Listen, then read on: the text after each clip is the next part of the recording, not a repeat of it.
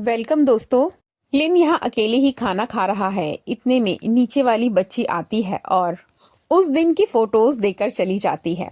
Photos को देखते समय लिन को अपनी सीईओ की बात याद आ रही है कि अगर देखने वाले के नजरिए में प्यार हो तो फोटोज में वो झलक जाता है। और लिन भी देख रहा है कि लीना की फोटोज बहुत अच्छी आई हैं और उसके साथ वंजू भी बहुत प्यारा लग रहा है। उस दिन भीगने की वजह से लिन की तबीयत खराब हो गई है और वो रेस्ट कर रहा है। वहां दूसरी तरफ लीना बार बार लिन को फोन कर रही है, पर सो जाने की वजह से वो फोन पिक नहीं कर पा रहा। अब लीना को यहाँ चिंता हो गई है, जबकि बाहर की तरफ अमारा एक ऐसी शॉप ढूंढ रहा है जहां पर वंजू के लिए कुछ स्वीट डिशेस मिल जाएं। वंजू को देखकर अमारा लीना से कहता है, इसकी शक्ल तो बिल्कुल तुमसे मिलती है, इसकी आंखें देखो कितनी सुंदर है। तो लीना कहती है, बेबीज तो सुंदर ही होते हैं। जिस पर अमारा कहता है, हाँ, जब मैं छोटा था तब मैं भी बहुत सुंदर था। अमारा पूछ रहा है कि मैंने एक डेजर्ट की शॉप देखी है, क्या मेरे साथ वहाँ चलना पसंद करोगी? वहीं तीनों बैठकर कुछ खाएंगे। लीना उस पर थोड़ा मुंह बना लेती है। अमारा पूछता है, कोई दिक्कत है? तो कहती है, एक्चुअली मेरे इन लॉज की तबीयत खराब है और वो फोन भी नहीं पिक कर रहा, तो मुझे थोड़ी चिंता हो रही है, मुझे घर जाना होगा। यहाँ लिन को अपने बचपन की याद आ रही है। बचपन में जब उसकी तबीयत खराब होती थी, वो अपने आप ही थोड़े दिनों में रिकवर हो जाया करता था, क्योंकि उसे संभालने वाला कोई नहीं था। यहाँ आधी रात में लिन की आंख खुलती है तो वो देखता है लीना वहीं बराबर में बैठी हुई है और बैठी बैठी उसकी आंख लग गई है। यहाँ बुखार उतारने का ठंडा पानी और पट्टी भी रखी हुई है। लिन प्यार भरी निगाहों से लीना को देख रहा है। इतने में लीना की आंख खुलती है और वो पूछती है, अरे अब तुम्हारी तबीयत कैसी है? जब मैं घर पर आई थी तुम्हें बहुत तेज बुखार था। लिन बोलता है, तुम इतनी देर से क्यों आई? तुम्हें पता था ना मेरी तबीयत खराब है। मैं तुम्हारा इंतजार कर रहा था और तुम जानती हो मुझे इंतजार करना पसंद नहीं। यहाँ लिन लीना से कह देता है, मैं तुम्हें पसंद करता हूँ और तुम मेरी जिंदगी की पहली लड़की हो जिसे मैंने इस नजरिए से देखा है। लीना थोड़ी देर के लिए शांत हो जाती है, फिर सोचती है अभी से बुखार है, शायद उसी वजह से थोड़ी बहकी बहकी बातें कर रहा है। इतने में डोरबेल बजती है और सामने वाला नेबर कुछ खाने का सामान लेकर आया है। कह रहा है, हमारे घर में थोड़ा एक्स्ट्रा बन गया था, तुम दोनों बिजी रहते हो तो तुम्हारे काम आ जाएगा। वो घर के अंदर आ जाता है और देखता है कि वंजू जमीन पर सो रहा है, जिससे वो समझ जाता है कि लीना यहीं पर सोती है। और वो कहता है, मैं जानता हूँ कि तुम दोनों कपल नहीं हो, मुझे नीचे वाले पड़ोसियों ने बताया था, यहाँ पर कोई बात छुपती तो नहीं। और इस दौरान दोनों लिन और लीना एक दूसरे के सामने आते हैं और ऑकवर्ड फील करते हैं, जिस पर पड़ोसी कहता है, क्या तुम दोनों के बीच में कुछ चल रहा है? लिन अपने आप को शीशे में देखता हुआ सोचता है कि आज उसने क्या किया, लीना से अपने प्यार का इजहार कर लिया। सुबह सुबह लीना जहाँ सो रही है वहाँ बहुत तेज सूरज की रोशनी आ रही है। वो पर्दे से कमरे में छाया कर देता है और सोचता है कि रात को इन दोनों में क्या बात हुई। लीना कह रही थी, तुम्हारी तबीयत इतनी ही खराब थी तो मुझे जाने से रोक लेते ना, मैं यहीं पर तुम्हारे साथ रहती। जिस पर लिन ने कहा, लोगों ने कभी मेरा साथ ही नहीं दिया, इसलिए मुझे डर लगता है लोगों से उम्मीद रखने में। लीना ने उसका माथा दबाते हुए कहा, तुम चिंता मत करो, अब मैं तुम्हारा साथ हमेशा दूंगी, मैं हमेशा तुम्हारे साथ ही रहूंगी। लिन सुबह सुबह ये बातें सोच रहा है और मन ही मन उसे बहुत अच्छा भी लग रहा है। सुबह ऑफिस जाने से पहले लीना ने पूरी तैयारियां कर दी हैं। उसने बीमारी के अनुसार लिन के लिए खाना भी बना दिया है। यहाँ कप को पकड़ते वक्त दोनों के हाथ टकरा जाते हैं और दोनों एक बार फिर से ऑकवर्ड हो जाते हैं। लिन पूछ रहा है, पूरी रात तो तुम मेरी सेवा में जगी हो, तुम ऑफिस मैनेज कैसे करोगी?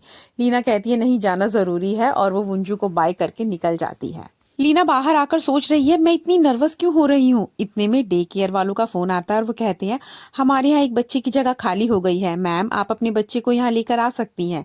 वो लिन को फोन करने वाली है पर उसे शर्म आने लगती है और वो उसे एक मैसेज ही कर देती है। यहाँ पॉरिज खाते समय लिन सोच रहा है, आज तक इतनी ज्यादा केयर उसकी किसी ने नहीं की, और वो कह रहा है, देखा तुम्हारी मौसी कितनी अच्छी है। लीना का मैसेज आया है जिसमें लिखा है कि जब तुम काम पर जाओ उससे पहले वंजू को डे केयर में छोड़ देना।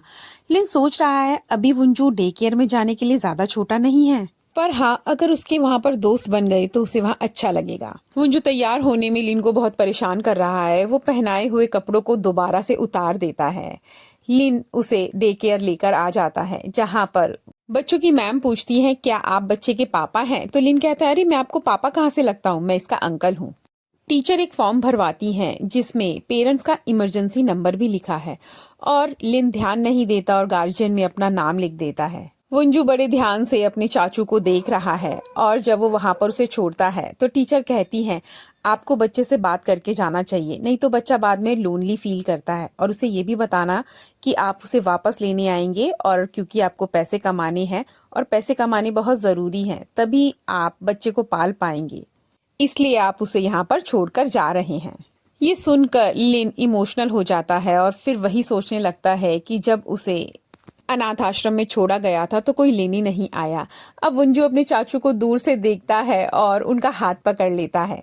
लिन वंजू को समझा रहा है कि शाम को आंटी लेने के लिए आएंगी और वंजू लिन के गले लग जाता है, लिन को किसी करता है और उसके बाद उतर जाता है। वो बहुत समझदार बच्चा है, लेकिन उसे छोड़ते वक्त लिन के मन में अजीब सा हो रहा है। वो एक खालीपन महसूस कर रहा है और खुद ही सोच रहा है आखिर उसे क्या हो रहा है। और फाइनली वो एक वंजू की फोटो खींचता है और उसकी मासी को भेजने लगता है, पर गलती से उसकी खुद की सेल्फी मासी के पास पहुंच गई है। लीना के पास उसकी फ्रेंड खड़ी है और फोन के अंदर लिन की फोटो देखकर सोचती है, अरे तुम तो बड़ी स्पीड से भाग रहे हो। लीना कह रही है ऐसा कुछ नहीं है, और ये कहते कहते वो शर्मा भी रही है, जिस पर सहेली बोल रही है, ओहो तो अब शर्म भी आ रही है, अब सच सच बता क्या हुआ है। तो लीना बताती है कि कल उसने मुझे प्रपोज किया, उसने कहा वो मुझे पसंद करता है। अब फ्रेंड पूछती है तो बदले में तुमने क्या कहा। लीना कहती है कल उसे फीवर था, शायद उसी के नशे में बोला होगा उसने। तो फ्रेंड पूछती है मैं उसकी नहीं तुम्हारे मन की बात जानना चाहती हूँ, और तुम्हारी जिंदगी में तो तुम्हारा पहला प्यार भी वापस आ गया है ना, और वो तुम्हें स्पेशल ट्रीट भी कराता है। तो लीना कहती है वो सबको ही स्पेशल ट्रीट कराता है। और लीना बता रही है कि कैसे वो ट्रिप पर एक गड्ढे में गिर गई थी, वहां पर लिन ने उसे उस गड्ढे से कैसे निकाला। वो ऊपर से जितना टफ बनने की कोशिश करता है, अंदर से उसका दिल उतना ही मुलायम है। उसकी जिंदगी बहुत ज्यादा चैलेंजेस से गुजरी है, इसलिए वो थोड़ा रूखा सा हो गया है, वरना तो मुझे लगता है मेरी और उसकी कहानी एक जैसी ही है। वो मेरा बहुत ख्याल भी रखता है और वंजू का भी। जिस पर फ्रेंड कहती है कि तुम दोनों एक ही घर में रहते होते तो बट ऑब्वियस सी बात है कि दोनों एक दूसरे के साथ अपनी फीलिंग शेयर करोगे और एक दूसरे को पसंद भी करोगे। वहां लिन सोच रहा है कि मेरी फोटो का जवाब लीना ने कुछ नहीं दिया। खैर छोड़ो, मैं काम पर फोकस करता हूँ। वहाँ लीना और अमारा की मीटिंग चल रही है। ऑफिस के काम से ये दोनों बाहर आए हैं। यहाँ पर अमारा ने एक कॉलेज टाइम की लीना की फेवरेट ड्रिंक ऑर्डर की है। इसे देखकर लीना कहती है अरे तुम्हें ये आज भी याद है। तो अमारा कहता है अरे मुझे सब कुछ याद है। बता रहा है कि इस दौरान उसकी कोई भी गर्लफ्रेंड नहीं बनी। तो लीना कहती है चलो झूठो, तुम इतने हैंडसम हो, ऐसा हो ही नहीं सकता। अमारा कहता है मत मानो, पर सच तो यही है। और हाँ, वंजू कैसा है। लीना बताती है कि उसने उसे डे केयर भेज दिया है। तो अमारा कहता है चलो ये अच्छा हुआ। और तुम्हारा इन लॉ तुम्हारे साथ कब तक रहने वाला है। लीना बताती है उसने इसका बहुत साथ दिया, पर हम दोनों 1 महीने ही रहेंगे। तो अमारा कहता है थैंक गॉड, ये सुनकर मुझे अच्छा लगा। यहाँ लिन के ऑफिस में उसे इंस्ट्रक्शंस मिल रही हैं कि उसे सीईओ के साथ किस तरीके से काम करना होगा।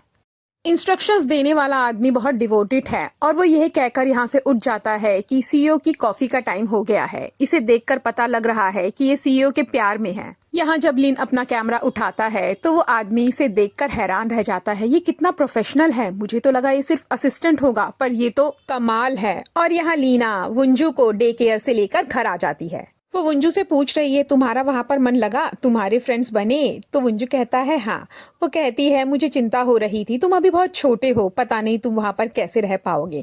इतने में लिन भी आ जाता है और ये दोनों एक बार फिर से एक दूसरे को देखकर ऑकवर्ड हो जाते हैं और उल्टी सीधी बातें करने लग जाते हैं। कोई सवाल पूछता है और उसका कुछ जवाब दे रहे हैं। लीना घबराहट में कहती है मैं वॉशरूम होकर आई, और बाद में लिन भी सोचता है मुझे क्या हो गया है, मैं क्या जवाब दे रहा हूँ। इनके पास कॉन्ट्रैक्टर का फोन आया है। वो बता रहा है आपका फ्लैट तैयार हो चुका है, जिसका जवाब बहुत भुजा सा लिन देता है। कॉन्ट्रैक्टर कहता है आपको तो बहुत जल्दी थी पहले फ्लैट की, पर अब लिन कह रहा है आपने कुछ ज्यादा जल्दी नहीं बना दिया। फोन रखने के बाद लिन सोच रहा है अब उसे ये घर छोड़ना पड़ेगा। महीना कब बीत गया उसे पता भी नहीं चला। अब लीना और लिन दोनों एक दूसरे के सामने बैठे हैं और लिन बता रहा है कि उस दिन रात को जो मैंने तुम्हें बात कही थी वो मैंने किसी बहकावे में नहीं कही थी, मैं उस समय सीरियस था और मैं आज भी अपने उन शब्दों के साथ ही खड़ा हूँ। मुझे तुम पसंद हो लीना, पर तुम ये समझना कि मैं अपने आप को तुम पर थोप रहा हूँ। तुम्हें इस संबंध में जब चीज जो जैसे सही लगे तुम उस हिसाब से फैसला लेना कि हम दोनों वंजू की वजह से तो एक दूसरे के साथ जुड़े हुए हैं ही, वो तो हमेशा ही रहेंगे। टीना कुछ जवाब नहीं दे पाती, वो बस सर झुकाए बैठी रहती है। सीढ़ियों पर दिखाया जाता है एक अजनबी आदमी आया है और इनके घर का दरवाजा खोलने की कोशिश करता है, पर इतने में वंजू रोने लग जाता है। इस तीनों लोगों की आवाज आने से वो आदमी वहां से भाग जाता है। सुबह सुबह लीना जल्दबाजी में अपने ऑफिस के लिए तैयार हो रही है और उसे अपना सामान नहीं मिल रहा। लिन बताता है कि आपका फोन यहाँ पर रखा है और जाते जाते उसके मुंह में एक ब्रेड लगा देता है कि खाना खा के जाइएगा, ऐसे मत जाइए। सुबह जब लीना घर से बाहर निकलती है तो वहां पर पुलिस आई हुई है, पर क्योंकि ऑलरेडी लेट हो चुकी है तो ध्यान नहीं देती। डे केयर पर छोड़ने के लिए लिन आया हुआ है और जब वापस जाता है तो देखता है पुलिस वाले अभी भी वहीं खड़े हैं। उसे पता चलता है कि रात को सोसाइटी में कोई आया था और जो भी लेडी सिंगल वुमन है उसके घर पर चोरी कर कर गया है। ये सोच कर लिन को लीना की चिंता होने लगती है। इस पर पड़ोसी कहता है तुम चिंता मत करो, हम देख लेंगे। इस इंसिडेंस के बारे में लिन लीना को फोन पर बता रहा है कि रात को सोसाइटी में ऐसा ऐसा हुआ। सामने बैठी सहेली कहती है ओहो, आजकल फोन पर भी बहुत ज्यादा बातें हो रही हैं। जिस लीना कहती है बकवास मत करो, पता है हमारे यहाँ पर चोरियां हो रही हैं और सिंगल लेडीज को टारगेट कर रहा है वो चोर।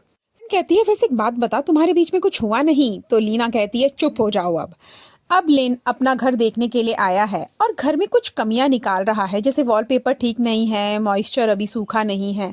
तो कॉन्ट्रैक्टर कहता है अरे सर क्या बात कर रहे हैं, घर तो परफेक्ट बन चुका है। रात में घर वापस आते समय लीना को बस में नींद आ गई और उसका स्टॉपेज स्किप हो गया। अब वो अपने डेस्टिनेशन से थोड़ा आगे उतर रही है, जबकि लिन वहीं पर इंतजार कर रहा था। लिन कहता है तुम ठहरो, मैं तुम्हें लेने आया, जिस पर लीना मना कर देती है थोड़ी ही तो दूर की बात है, मैं अपने आप पैदल चलकर उल्टे वापस आ जाऊंगी। अब लीना एक सुनसान गली में से निकल रही है और देखने में लग रहा है शायद कोई उसका पीछा कर रहा है। इससे पहले कि वो अनजान आदमी लीना के ऊपर अटैक करता, सामने से लिन लीना को लेने आ चुका है। लिन को देखकर घबराई हुई लीना की जान में जान आती है और लिन को देखकर वो आदमी भी यहाँ से भाग जाता है। लीना कहती है तुम्हें देखकर मुझे बहुत सेफ फील हो रहा है। लिन जवाब देता है कि तुम्हें कभी भी ऐसा महसूस हो तुम कभी भी मुझे फोन कर सकती हो, मैं उसी समय वहां पर आ जाऊंगा। चलते चलते वो बता रहा है मेरे अपार्टमेंट का काम पूरा तो हो चुका है, पर अभी वॉलपेपर में थोड़ा मॉइस्चर बचा है तो शायद थोड़े और दिन लग जाएंगे, मैं यहीं पर रहूंगा। लीना भी खुश होकर कहती है अरे हाँ हाँ बिल्कुल, जब तक रहना चाहो यहीं पर रहो और मॉइस्चर को पूरा सूखने दो। साथ में कहती है तुम दिन पे दिन बहुत अच्छे होते जा रहे हो। इतने में लिन एक पेपर स्प्रे निकाल कर लीना को देता है। लीना कहती है तुम मेरा कुछ ज्यादा ही ख्याल रखने लगे हो। तो लिन कहता है सब मुझे ढंग से जानते नहीं है ना, जो लोग मेरे करीब होते हैं वो मुझे अच्छे से जानते हैं, उन्हें पता है मैं कितना केयरिंग हूँ। लीना के हाथ से स्प्रे चल नहीं रहा था, उसको चेक करते करते लिन के खुद की आंखों में स्प्रे हो जाती है। जलन होने के चलते लीना उसे घर में लेकर आई है और उसकी आंख को धो रही है। उसकी आंख में बहुत जलन हो रही है, वो पूछ रही है अब कुछ फर्क पड़ा, पर उसको अभी भी जलन हो रही है। इतने में वो उसे चेयर पर बिठाती है और उसकी आंखों को दोनों हाथों से खोलती है। सामने एकदम लीना सामने उसके पड़ रही है, दोनों उंगलियों से उसकी आंखों को खोलती है और कहती है अब दर्द हो रहा है। लीन कहता है इस तरीके से खोलोगी तो दर्द ही होगा ना, और इतने में लीना उसकी बाहों में गिर जाती है। एक बार फिर से एक ऑकवर्ड मूवमेंट दोनों के बीच में क्रिएट हो जाता है और इसके बाद लीना वॉशरूम से निकल जाती है और बाहर आकर सोचती है ये क्या हो रहा है हम दोनों के बीच में, मुझे कुछ समझ ही नहीं आ रहा। लीना के ऑफिस में आज एक इम्पॉर्टेंट और कॉम्प्लिकेटेड क्लाइंट के साथ मीटिंग है, उसी की सब तैयारी कर रहे हैं और यहाँ पर उसी सीईओ के साथ लिन भी आया है। हाँ, इन्हीं लोगों के साथ इनकी मीटिंग है। लीना लिन को देखकर एकदम हैरान रह जाती है। पूछ रहे हैं क्या तुम एक दूसरे को जानते हो, और लिन के मुंह से गलती से लीना को बेबी निकल जाता है और सबका ध्यान इस बात पर जाता है। मीटिंग के कुछ मुद्दों पर बात हो जाने के बाद ये डिसाइड करते हैं कि आज रात का डिनर ये सब एक साथ करेंगे, जिस पर सीईओ तो मना कर देती है, पर उसका हस्बैंड और लिन दोनों तैयार हो जाते हैं डिनर के लिए। डिनर पर बैठकर लीना और लिन दोनों एक दूसरे के साथ आंखों आंखों में बात कर रहे हैं और हंस रहे हैं। यहीं पर कुछ सैंपल फोटोज लिन लीना की कंपनी में सबमिट कर देता है और जब ये लोग लिफ्ट से उतर रहे होते हैं तो एक एम्प्लॉय को याद आता है अरे ये तो वही लॉबी वाला लड़का है और ये हमारी लीना को बेबी कह के पुकार रहा था, इसका मतलब वो लीना ही थी, ये लड़का वही है।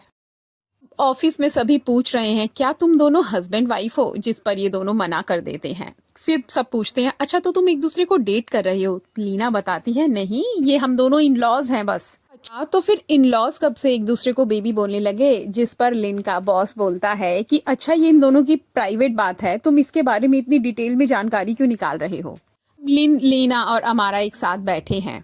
हमारा पूछ रहा है, लीना तुम जानती नहीं थी कि हमारा अगली डील लिन की कंपनी के साथ होने वाली है? लीना बताती है, नहीं मुझे तो नहीं पता था। पर लिन कहता है, मुझे तो पता था। तो लीना कहती है, तुमने बताया क्यों नहीं? तो लिन कहता है, क्यों, हर चीज़ बतानी ज़रूरी थोड़ा ही है। तो लीना कहती है, अरे हम तो सब कुछ शेयर करते हैं, हम तो घर भी शेयर करते हैं, तो तुम्हें ये बात भी शेयर करनी चाहिए थी। जिस पर लिन कहता है, मैं तुम्हें सरप्राइज़ देना चाहता था। हमारा लिन के सामने ऐसा दिखा रहा है कि वो लीना की बहुत ज़्यादा केयर करता है। तो भाई लिन कैसे पीछे रह सकता है, वो भी सेम करने लग जाता है। इन दोनों में कंपटीशन सा चल गया है। अमारा अपनी फ्रेंडशिप को ज़्यादा सुपीरियर दिखाते हुए बता रहा है, तुम्हें पता है मैं और लीना एक दूसरे को कॉलेज समय से जानते हैं, तब हम दोनों बहुत अच्छे फ्रेंड हुआ करते थे। और लीना के गाल पर कुछ लग गया है जिसे अमारा हटा देता है। लिन को बड़ा अजीब लगता है और एकदम से लिन पूछ बैठता है, क्या रात को हम दोनों ज्यादा इंटेंस हो गए थे? अमारा पूछता है, क्यों, ऐसा क्या हुआ था? तो लीना बताती है, इसकी आंख में पेपर स्प्रे चला गया था, तो उसी को हटाने के चक्कर में। खैर छोड़ो, कुछ खास नहीं। आगे की बात लिन बताने वाला होता है कि लीना उसके पैर पर पैर मार देती है, कहती है चुप रहो। लिन ऊपर से बोलता है कि क्या बात है, तुम मेरे पैर पे पैर क्यों मार रही हो? अब अमारा को समझ आ जाता है इन दोनों के बीच में कोई बातचीत चल रही है। बॉस कह रहा है कि चलो ऐसा करते हैं, बॉलिंग कंपटीशन तुम दोनों कर लो, और इसमें हमारा लिन जीत जाता है। सभी लोग घर वापस जा रहे हैं और लिन और लीना को तो एक ही घर में जाना है, पर बॉस कहता है, लिन तुम्हें मेरे साथ स्टूडियो जाना पड़ेगा, कुछ इंपॉर्टेंट काम है। वहीं अमारा कहता है, तो फिर लीना तुम्हें मैं छोड़ देता हूँ। और जैसे ही लीना लिन की गाड़ी में बैठती है, लिन को बहुत अजीब लगता है। वो कहता है, तुम इसके साथ जाओगी? मैं तुम्हारे साथ चलता हूँ ना। लेकिन इस पर इतने में बॉस उसे अपनी गाड़ी में बिठाकर ले जाता है। अब वो दूसरा आदमी कह रहा है लिन से कि तुम्हारा तो कंपटीशन बहुत टफ है। जिस पर लिन कहता है, प्यार में कोई कंपटीशन नहीं होता। तो सामने वाला आदमी कहता है, देख लो मेरी ही हालत देख लो। तो लिन कहता है, तुम्हारे पास तो फिर भी चांस है, तुम दोनों तो हस्बैंड वाइफ हो। तो कहता है, तुम्हें कैसे पता? कहता है, सबको पता है, जिस हिसाब से तुम लड़ते हो ऐसे तो सिर्फ हस्बैंड वाइफ ही लड़ते हैं। लीना को वॉमिटिंग जैसा फील हो रहा है, इसलिए वो गाड़ी के बाहर आ जाती है और यहाँ सामने फायर वर्क होने वाला है। अब अमारा याद कर रहा है, 7 साल पहले हमने एक बार प्लान बनाया था फायर वर्क देखने का, पर तब हम जा नहीं पाए थे। इतने सालों के बाद अब मौका मिला है, कोई बात नहीं तो आज ही सही। अब ये कुछ कॉलेज के दिनों की कुछ बातें याद करते हैं कि एक्चुअली तब स्कॉलरशिप अमारा को मिल गई थी, जिसे उसने लीना को दे दिया था। लेकिन लीना को ये गवारा नहीं था और एंड टाइम पर वो ये बोलकर कि वो लैंग्वेज प्रोग्राम के लिए बाहर जा रही है, अमारा को छोड़कर चली गई थी। उस समय भी उसे ऐसा लगता था कि उसका स्टैंडर्ड और अमारा के स्टैंडर्ड में बहुत अंतर है। अमारा तब भी गाड़ी से आया करता था और लीना बहुत गरीब थी, तो इसलिए उसको लगा उसके लिए अलग रास्ता चुन लेना ही सही है। इस पर अमारा कहता है कि मैं उस समय भी जानता था कि तुम झूठ बोलकर गई हो। दोनों ही एक दूसरे के द्वारा छुपाई गई बातों को एक दूसरे के बारे में जानते थे। तो कोई नहीं, तब ना सही, आज ही हम इन फायर वर्क्स का मजा ले लेते हैं। इसके बाद अमारा लीना को उसके घर के सामने छोड़ देता है। हाँ, लीना को फोन करके पूछ रहा है, क्या तुम घर पहुंच गई? लीना कहती है, हाँ बस पहुंचने ही वाली हूँ। जैसे ही घर के दरवाजे के सामने लीना आती है तो हैरान रह जाती है, क्या वो आज दरवाजा बंद करके नहीं गई थी? पर उसे याद आता है दरवाजा तो उसी ने लॉक किया था। और जैसे ही वो दरवाजा खोलती है तो घर के अंदर सारा सामान फैला पड़ा है और एक परछाई एकदम से लीना के ऊपर अटैक करने लगती है। लीना अभी फोन पर ही है और वो जोर से चिल्लाती है। वहां लिन और बाहर अमारा दोनों उसकी आवाज सुन लेते हैं और इसी के साथ ये एपिसोड यहीं खत्म हो जाता है। दोस्तों ध्यान से प्लीज चैनल को लाइक, शेयर एंड सब्सक्राइब करें। Bye bye.